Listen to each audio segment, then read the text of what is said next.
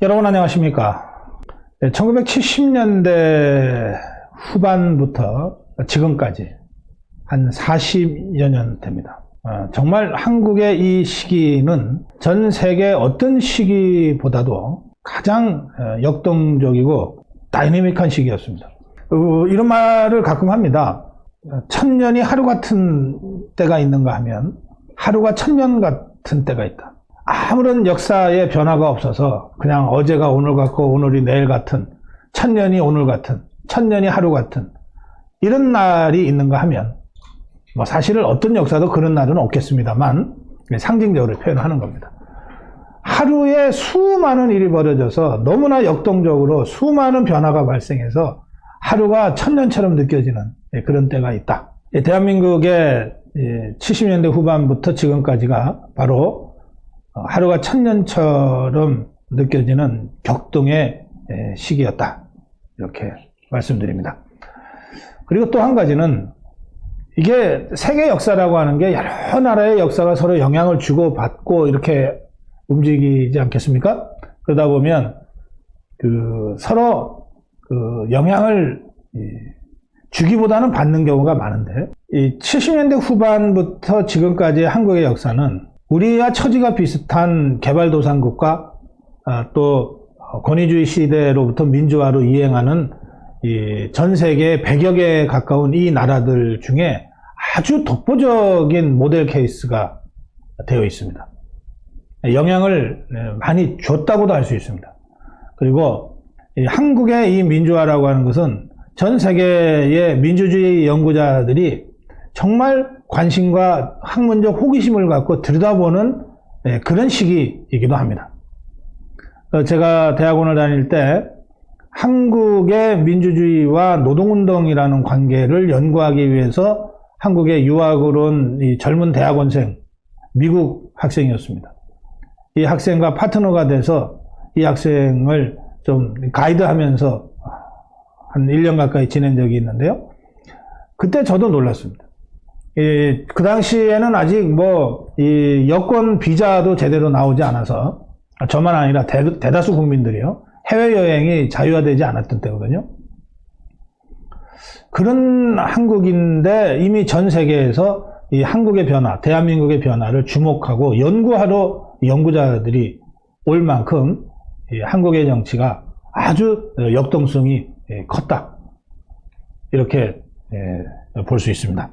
유신 체제는 박근혜 대통령이 후보 시절에 공개적으로 엄명한 바가 있습니다.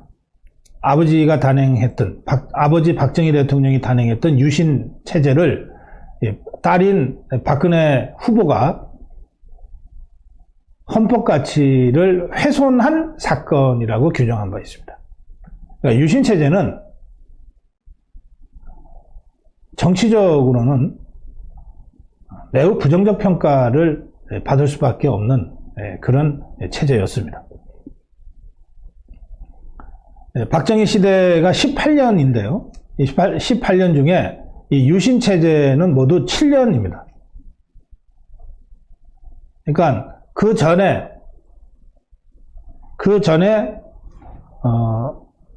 1961년에 군사정변을 통해서 정권을 잡고, 그리고 유신 체제를 단행하는 1972년까지의 11년 동안은 지난주에 설명드린 대로 전 세계가 놀랄만한 압축적인 근대화와 경제성장, 한강의 기적, 이걸 이루어낸 영광스러운 시기였습니다.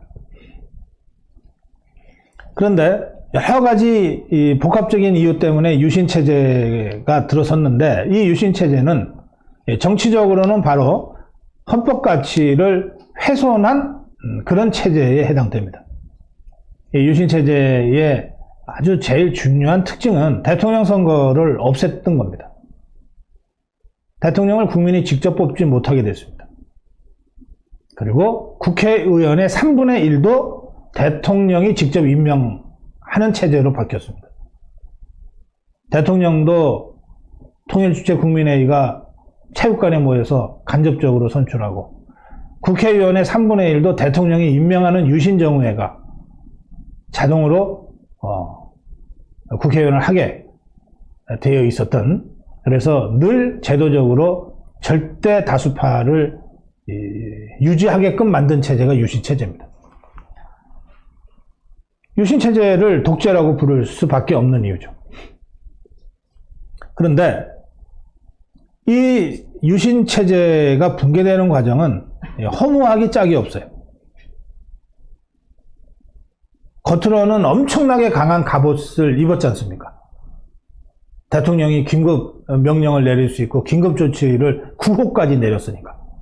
그리고 국회의원의 3분의 1은 대통령이 직접 임명했고, 대통령은 국민들에게 투표로 호소하지 않아도 통일주체 국민의 대의원들이 체육관에 모여서 거의 99% 찬성으로 뽑아주고, 얼마나 단단한 갑옷을 입었습니까? 겉으로 보기에는 그야말로 스트롱 스테이트, 강한 국가였습니다. 그런데 외양만 그런 강한 국가였다는 거예요. 속으로는 아주 취약한 약점들이 많이 드러나는 국가여가지고 한 번 무너지면 걷잡을 수 없이 무너지는 국가가 돼버린 겁니다. 그것을 민주주의 이론가들이 깔때기 이론으로 설명을 합니다. 그 깔때기 아시죠? 이런데 물이나 기름 같은 거 부을 때 흐르지 말라고 이렇게 깔때기처럼 생긴 걸로 이렇게 붓잖아요. 그 깔때기를 이제 부어보면 깔때기에 물의 흐름이 이렇게 뺑뺑뺑뺑 돌다가 이제 깔때기 속으로 빨려 들어가거든요. 그러니까 어떤 체제도 깔때기와 같아서 처음에 그 위기가 생길 때 깔때기 바깥을 빙빙 돌듯이 이럴 때는 위기적 징후들이 나타나면 그걸 중단시키거나 해소하거나 다른 흐름을 만들거나 가능한데, 이 깔때기가 점점 이 원 안쪽으로 빨려 들어가면서 흐름이 빨라지거든요. 어느 지점인가 임계점을 지나는 순간, 마치 블랙홀 빨려 들어가듯이 어느 지점인가 임계점을 지난 순간은 이거 큰일 났다고 느껴도 어쩔 수 없이 빨려 들어가고 만다는 거예요. 이 임계점을 넘어가면서 생기는 증상들이 있습니다. 그 중에 대표적인 증상이 뭐냐면 두 가지인데요. 하나는 인적 풀이 좁아진다. 위기가 심화될수록 믿을 수 있는 사람 중심으로 이 권력을 배분하게 돼 있습니다. 아무도 믿지 못하게 되는 거죠. 그러니까 인력풀이 좁아질 수밖에 없죠. 두 번째는 인력풀이 좁아지고 측근 중심으로 정치를 하게 되면 그 중에서 목소리 큰 사람이 주로 강경파가 이제 득세하게 되는 겁니다. 그러면 이 강경파는 권력을 정점으로 해서 충성도를 가지고서 이 강경파 측근이 됐기 때문에 계속해서 절대 권력자의 입맛에 맞는 이야기와 입맛에 맞는 정치를 하자고 주장하게 되는 겁니다. 그리고 그거 아닌데 라고 생각하는 온건파들이 점점 권력 중심에서 밀려나게 됩니다. 이건 어느 나라 어느 정권에서나 나타나는 일반적 현상인데, 그 과정에서 스투핏한 결정들이 자꾸 내려진다는 거예요. 스투핏한 결정. 멍청한 결정들이 자꾸 내려진다는 겁니다. 돌이켜 지나놓고 생각해보면, 우리가 그때 어떻게 그렇게 멍청한 짓을 했을까? 한탄스러울 정도의 멍청한 결정들이 계속해서 내려진다는 거예요. 유신 체제가 정말 유례없이 강력한 갑옷을 입은 스트롱 스테이트, 강한 국가처럼 보였으나 그 임계점을 넘어서면서 극소수의 측근들로 채워지고 그 중에서도 목소리 큰 사람들이 주도하게 되고, 그러면서 도저히 이해할 수 없는 이 멍청한 결정들이 연속적으로 내려지면서 이 깔때기의 끝으로 빨려 들어가듯이 체제가 붕괴하게 된다. 유신체제의 붕괴는 그런 과정이었습니다. 자, 이것을 제가 구체적으로 몇 가지 말씀드리겠습니다. 유신체제, 박정희 정권 말기, 유신체제 말기에는 온건파들이 다 제거됩니다. 박정희 정권 전체를 통틀어서 18년이죠. 박정희 대통령이 집권했던 18년 동안 통틀어서 내내 온건파였다면 김종필을 꼽을 수 있습니다. 김종필은 5.16 군사정변을 기획한 사람이고, 그 다음에 63년에 박정희 후보를 내세워서 정권을 잡고 나서 민주공화당도 그 전에 만들고 중앙정보부도 창설한 사람이지만, 그 이후에는 삼성개헌에 대해서 반대하는 입장을 가졌고, 그러다가 쫓겨나서 외국에 외유하기도 하고, 그런 그 우여곡절을 많이 겪은, 그래서 풍운의 정치인이라는 별명이 붙을 만큼 그런 정치인이었는데, 이 김종필의 일관된 정치 노선과 행보를 보면 이 사람은 박정희 세력 안에서도 늘 온건파, 대통령이 너무 강하게 하지 않는 것이 좋겠다. 2번 정도 하고 권력을 이양하는 게 좋겠다. 뭐 이런 생각을 해왔던 겁니다. 물론 자기가 그 권력을 이어받겠다고 하는 개인 욕심이 있었죠. 개인 욕심 없는 사람이 정치합니까? 다 있었어요. 그러니까 김종필이도 자기 욕심 때문에 그런 것 아니냐, 이거는 제가 보기에 비판의 포인트가 아닙니다. 제가 생각하는 김종필에 대한 비판은 왜 그 온건파 노선을 끝까지 제대로 관철시키지 못했느냐에 있습니다.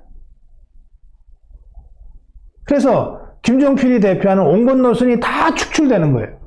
그러면서 차지철이의 강경 노선이 청와대를 또 중앙정보부와 이 모든 권력기관들을 딱 끌어잡게 되는 겁니다.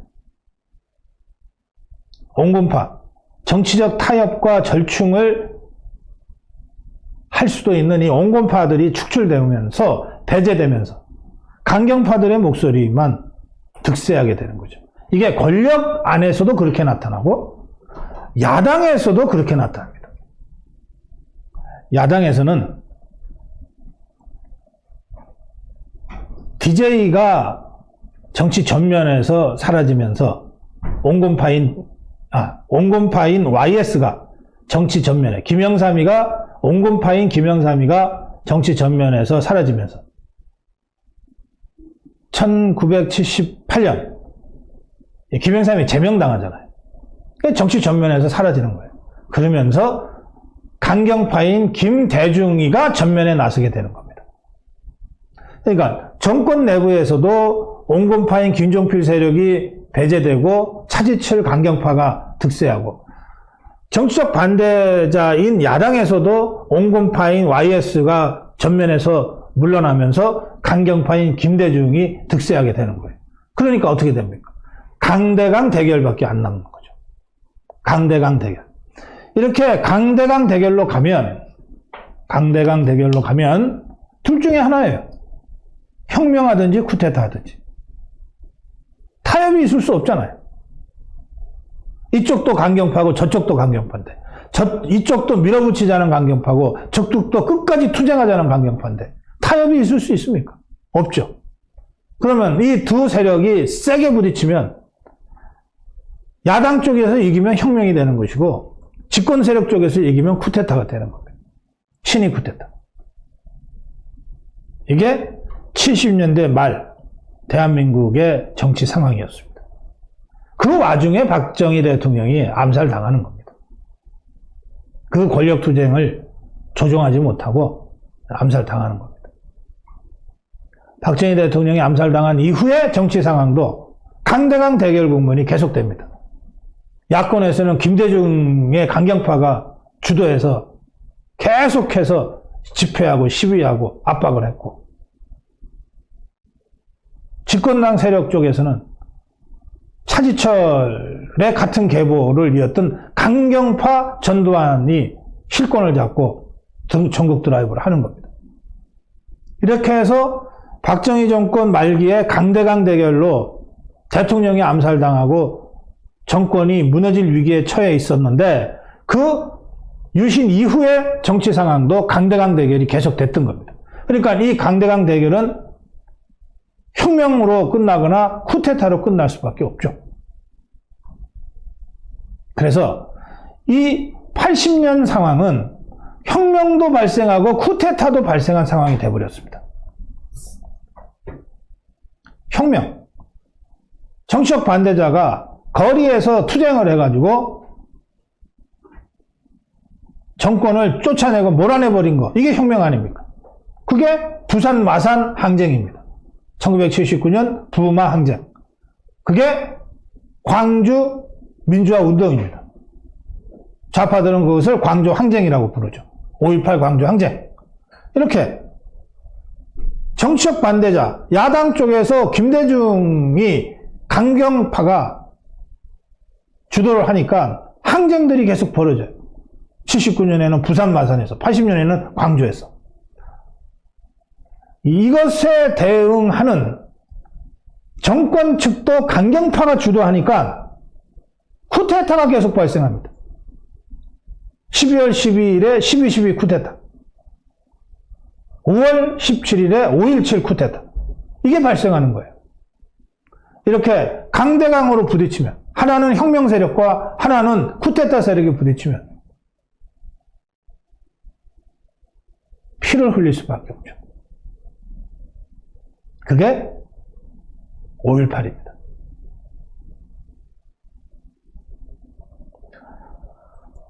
유신체제의 붕괴, 그리고 80년의 이 비극, 이것은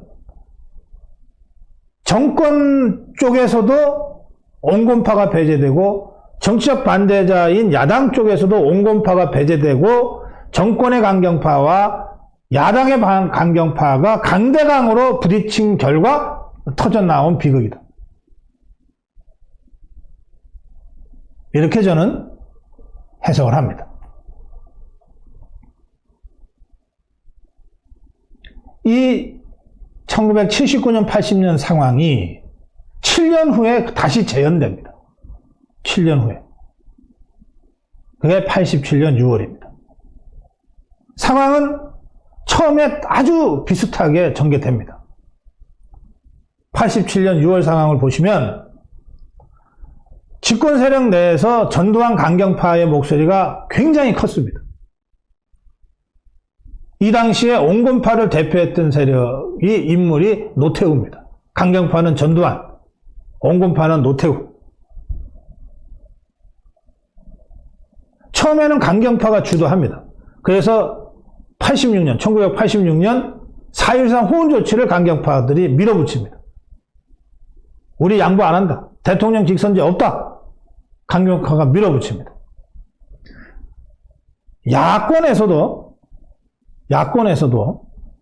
당시에는 YSDJ가 모두 정치활동을 금지당하고 있었는데, 그러나 그 사이에 어쨌든 다시 회복이 돼서 YSDJ가 함께 움직이게 되는데, 초기에는 DJ와 제야 세력이 더 상황을 주도하게 됩니다. 그래서 이들이 5.3 인천 사회 시위를 벌이게 되는 겁니다. 그래서 1986년만 보면 다시 1979년 80년의 재현처럼 보입니다. 집권 세력 내에서도 전두환 강경파가 전국을 드라이브하고 있고, 정치적 반대자인 야당 쪽에서도 다시 김대중이 김근태 등의 제야 세력과 손잡고 거리투쟁으로 나서고, 이게 계속 갔다면 다시 79년 부산 마산 항쟁, 80년 광주 항쟁과 같은 사태가 벌어질 것이 누구의 눈에도 분명히 보였습니다. 저는 이 전국이 가파르게 강대강으로 대치되던 1986년 전두환이 호응 조치를 하기 직전에 저는 감옥에 갔습니다. 전두환 세력에 의해서. 이렇게 강대강 대치 국면이 가다가 어느 순간 양쪽 다 정신을 차리게 됩니다. 이대로 그냥 가다가는 7년 전 80년 광주와 같은 이 비극이 다시 재현될지 몰라. 그때는 광주였지만 이번에는 서울이야. 그때는 100여 명, 200명, 100명, 200명 가까운 피해자가 있었지만 이번에 서울에서 터지면 몇천 명, 몇만 명이 될지 몰라. 이제 이런 생각들을 다 하게 된 거죠. 그러면서 이대로 강대강 충돌로 가게 해서는 안 돼. 하고 적극적으로 타협과 중재를 모색하는 움직임들이 나타나게 됩니다. 그 과정에서 종교계의 역할이 매우 중요했다. 김수환 추기경과 명동성당의 역할, 기독교 교회의 역할이 매우 중요했다. 그러면서 분위기가 조금씩 바뀌어서 마침내 6.29라고 하는 타협이 성사됩니다. 그러니까 6.29 선언은 집권 세력 내에서 전두환 강경파가 노태우 온건파한테 전국 주도권을 넘겨준 사건입니다.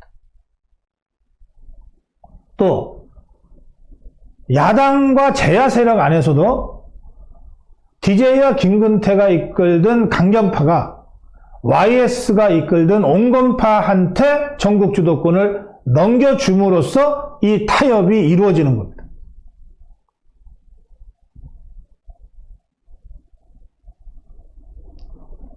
정확하게 얘기하면 강경파가 온건파를 불러다가 야 이제부터 너가 주도해봐 이렇게 한 건 아닙니다. 그거는 집권 세력 내부에서도 또 야당 내부에서도 그런 식으로 강경파가 양보한 것이 아니고 국민적 여론을 힘입고 온건파가 전국 주도권을 뺏어온 겁니다. 비록 현직 대통령이었지만 전두환으로부터 전국 주도권을 노태우가 뺏어오는 겁니다. 또 김영삼 세력이 김대중, 김근태 세력으로부터 전국 주도권을 뺏어오는 겁니다. 국민적 여론을 바탕으로. 그래서 정권 내의 온건파와 야당 내의 온건파가 손잡고 타협하고 절충한 것이 6.29 선언이었다는 겁니다. 강대강으로 부딪혔다면 80년의 비극이 다시 더 큰 규모로 재현될 수도 있었는데 여기서 집권 세력 안에서도 정치적 반대자 안에서도 온건파가 주도하게 됨으로써 합리적 수준의 타협과 절충이 가능해졌고 그 결과물이 6.29 선언이다. 그리고 그 결과물이 6.29 선언에 입각한 헌법 개정이었다. 이렇게 볼 수 있습니다.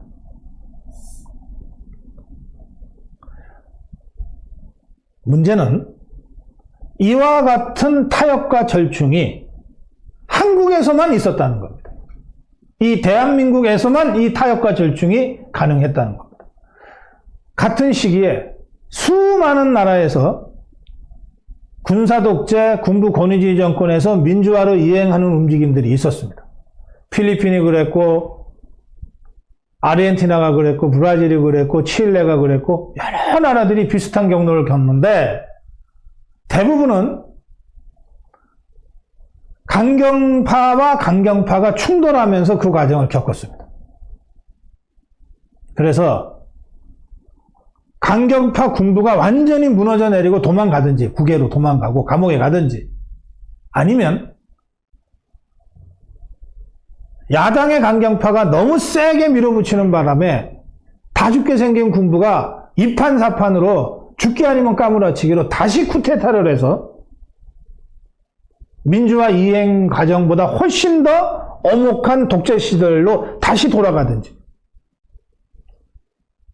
그래서 수십만 명이 다른 나라로 도망가고 감옥에 가고 미싱 당하고 막 이런 일이 벌어졌단 말이에요.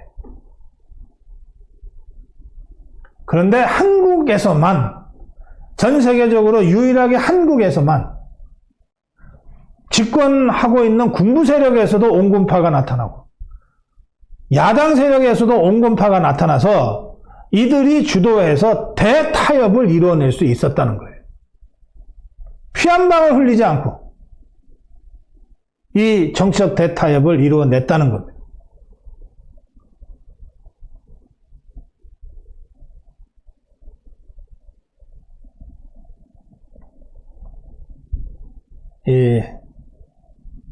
칼 슈미터와 셰버르스키라는 사람이 있습니다. 칼 슈미터하고 셰버르스키라는 사람이 있는데 이 두 사람이 당대 최고의 민주주의 이론가입니다.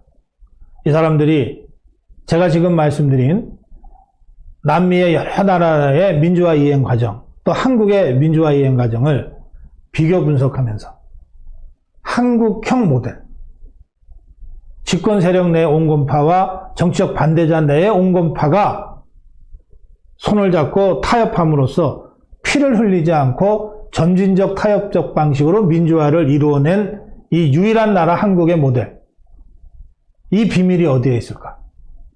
이렇게 연구해 왔습니다.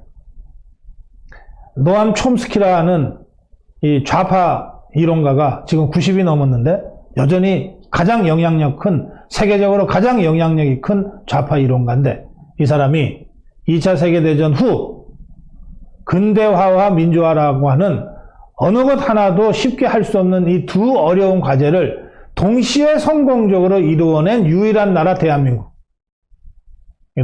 찬사를 보낸 겁니다. 그것 또한 군부 세력 내 온건파와 정치적 반대 세력 내 온건파가 손잡고 타협했기 때문에 가능했다. 이것이 한국의 지혜고 한국의 힘이다. 그렇게 저도 생각합니다. 이 6.29 선언을 통해서 우리가 역사적 대타협을 이루어냈습니다. 그래서 그 과정에서 물론 박종철도 죽고 이한열도 죽고 했지만 그러나 다른 나라에 비해서는 정말 피 한 방울 흘리지 않고 우리가 민주주의의 제도화, 정착화라고 하는 과제를 만들어낼 수 있었어요. 그 후에 그로부터 4년 후에 제2차 대타협이 벌어집니다. 제2차 대타협. 그것이 바로 3당 합당입니다. 자, 1차 대타협은 군부 세력 내 온건파와 야당 내 온건파가 손잡고 한 6.29 선언이라고 그랬죠. 2차 대타협, 4년 후에 1990년에 이제 2차 대타협이 이루어지는데 이때 이 2차 대타협의 세력이 누구냐? 3당 합당 세력이 누구냐? 첫째, 박정희 세력. 둘째, 전두환 노태우 세력.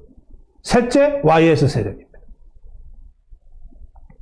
이 세 세력이 손을 잡고 3당 합당을 했고 거기서 민자당이 만들어져서 그 이후에 새누리당, 신한국당, 한나라당, 새누리당을 거쳐서 지금의 국민의힘으로 이어지고 있습니다. 이 세 세력이 역사적 대타협을 이루어낸 겁니다. 박정희 세력과 전두환 노태우 세력과 김영삼 세력. 자, 이것 또한 우리 정당사에서, 전 세계 정당사에서 참으로 찾아보기 어려운 이 기적적인 대타협입니다. 박정희 정권 때 박정희 대통령과 김영삼 총재가 딱 한 번 청와대에서 단 둘이만 만난 적이 있습니다. 그게 1975년이었던 걸로 제가 기억하는데 대통령과 야당 대표가 만난 건 그때가 처음이자 마지막입니다. 단 둘이 만났고 아무런 배석자도 없었다고 합니다. 그래서 이 자리에서 박정희가 뭐라고 얘기했는지 김영삼이가 뭐라고 했는지를 아무도 모릅니다. 어떤 기록도 남아있지 않습니다.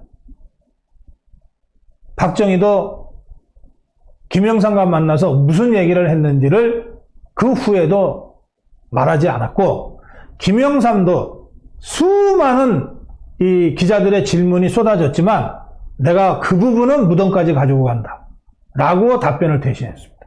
그래서 영원히 모르게 됐습니다. 두 사람 다 죽었기 때문에 이제 그 75년에 있었던 박정희, 김영삼 두 사람 간의 회동에서 무슨 얘기가 있었는지 우리가 알 수가 없습니다. 그런데 그때는 유신체제가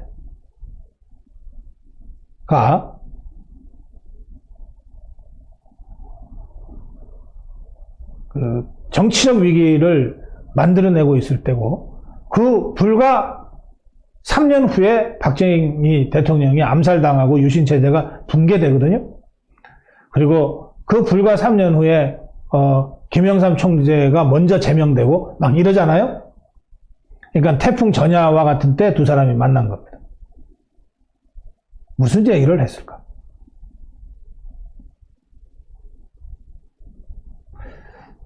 이건 전적으로 제 정치적 상상력인데, 저는 박정희와 김영삼 두 사람이 만나서 정치적 대타협에 대한 각자의 생각을 교환하고 헤어졌다고 생각합니다.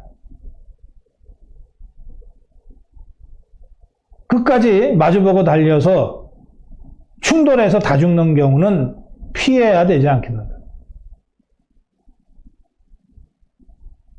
박정희는 박정희대로 내가 어떻게 앞으로 정치를 하려고 한다.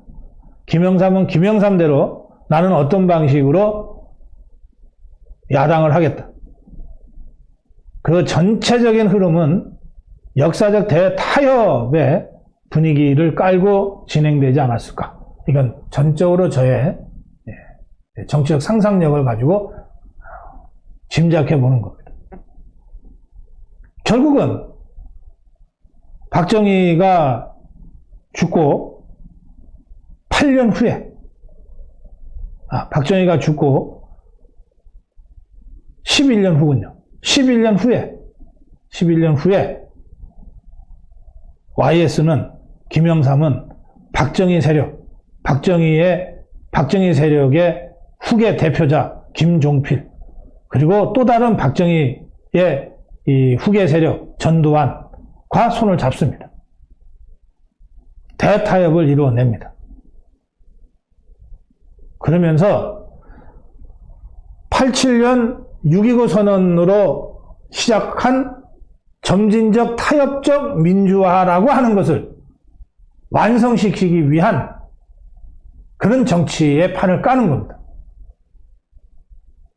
그래서 노태우 정부의 민주화 이행과 그것에 기반한 김영삼 정부의 문민개혁이 이루어지는 겁니다.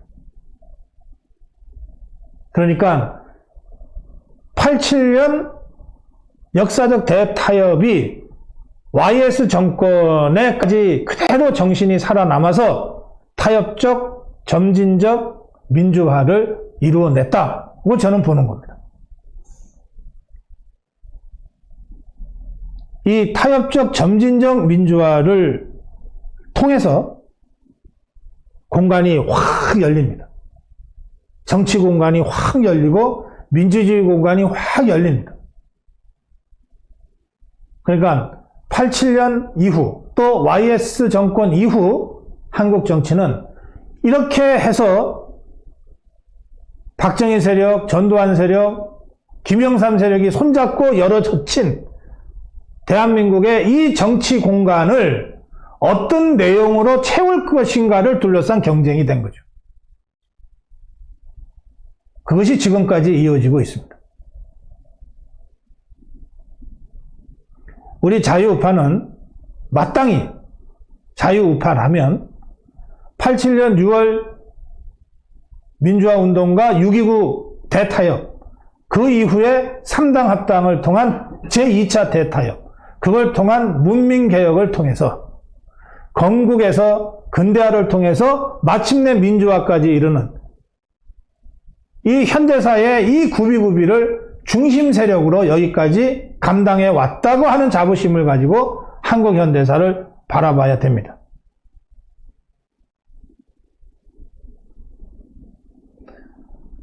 이렇게 볼 때 80년대, 90년대 지금까지의 정치는 세 가지 핵심 코드를 우리 자유파에게 던져주고 있다. 이렇게 볼 수 있습니다. 첫째, 타협성이다. 타협은 내가 절대적으로 옳다고 생각하는 독선과 아집에 빠진 좌파들은 절대 할 수 없는 게 타협입니다. 타협은 내가 틀릴 수 있다고 하는 겸손을 전제로 하는 자유우파만이 할 수 있는 겁니다. 이 타협성을 가지고 우리가 6.29 대타협을 이루어내고 3당 대타협을 이루어냈듯이 앞으로 그 정치적 대타협의 정신을 살려서 사회적, 경제적, 문화적 대타협으로 나아가야 됩니다. 이거는 자유우파만이 할 수 있습니다. 좌파들이 지금 이 사회적 대타협을 하겠다고 경사노위 같은 거를 백날 만들어 봤자 안 되는 것이 다 이유가 있는 겁니다.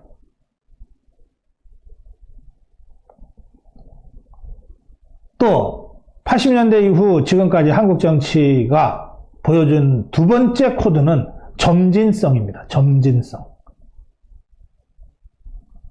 급하게 한 방에가 아니라 차근차근 조금씩 이 점진성을 활성화하려면, 점진성을 극대화하려면 의회가, 국회가 정치의 중심에 서야 됩니다. 기본적으로 행정부는 행정 효율성과 행정 합리성을 앞세우게 되어 있습니다. 최대한 정책 목표를 어떻게든 빨리 달성하려고 하는 게 행정부의 행동 지침이에요. 그러나 국회는 다릅니다. 국회는 한 사람이라도 더 정치 과정에 참여시키고 한 명의 목소리라도 더 반영하는 것이 국회 본연의 코드예요. 그러다 보면 속도는 비록 더디지만, 점진적이지만 모든 사람과 함께하는 국정 운영이 가능해지는 겁니다. 타협적 전진적 민주화 시대의 정치의 중심은 대통령이나 행정부가 아니라 국회여야 된다는 겁니다. 문재인 좌파 정권 들어서서 국회가 사라지고 문재인이와 행정부만 전면에 나서는 이런 정치가 횡행하고 있기 때문에 협치가 사라지고 민주주의가 위축되어 버린 겁니다. 이 점진성, 의회가 중심이 되는 점진성을 우리가 회복해야 된다. 자, 마지막으로 개혁성입니다. 우리가 타협한 것, 대타협을 하는 것은 혁명을 막기 위해서입니다. 혁명도 막고 쿠데타도 막기 위해서 우리가 타협을 하는 겁니다.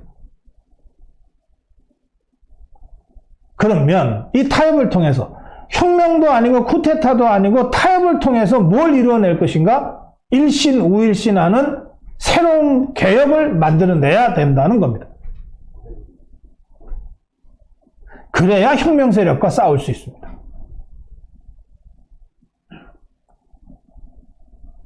지금 한국 사회는 우리 자유파가 이루어낸 건국과 민주화, 건국과 근대화와 민주화의 이 바탕 위에서 열린 공간 속에서 어느 쪽 세력이 더 헤게모니를 잡을 것인가를 둘러싸고 싸우고 있습니다. 자유파는, 범보수 세력은 바로 이 헤게모니 싸움에 있어서 혁명 세력을 퇴치할 수 있는 개혁적 헤게모니를 쟁취해야 됩니다. 주사파 586 세력은 자유파의 개혁성을 짓밟으면서 자유파의 개혁성을 매도하고 적폐로 몰면서 그들의 혁명성을 헤게모닉하게 잡아가려고 지금껏 하고 있습니다. 공간을 자유우파가 열어젖혔는데 자유우파가 온몸을 던져서 열어젖힌 이 공간에서 좌파들이 주사파 586 헤게모니를 정립하면서 자유우파의 개혁성을 적폐로 몰아버리고 있는 중입니다. 이것에 맞서 싸워야 됩니다. 자유우파가 건국과 근대화와 민주화 과정을 통해서 열어젖힌 이 공간을 자유우파의 개혁적 헤게모니를 통해서 채워 넣어야 됩니다. 이것이 지금 우리 자유우파와 국민의힘에게 주어진 역사적 과제이고 소명이다. 이 역사적 과제와 소명에 부응하고 복무하지 않는 자는 자유우파라 할 수 없고 자유우파의 정치인이라 인정할 수 없다. 이러한 관점을 확고하게 가지고 앞으로 자유우파의 진영 재배치 그리고 국민의힘의 대개조에 여러분들 적극적으로 나서 주실 것을 강력하게 촉구하면서 고맙습니다.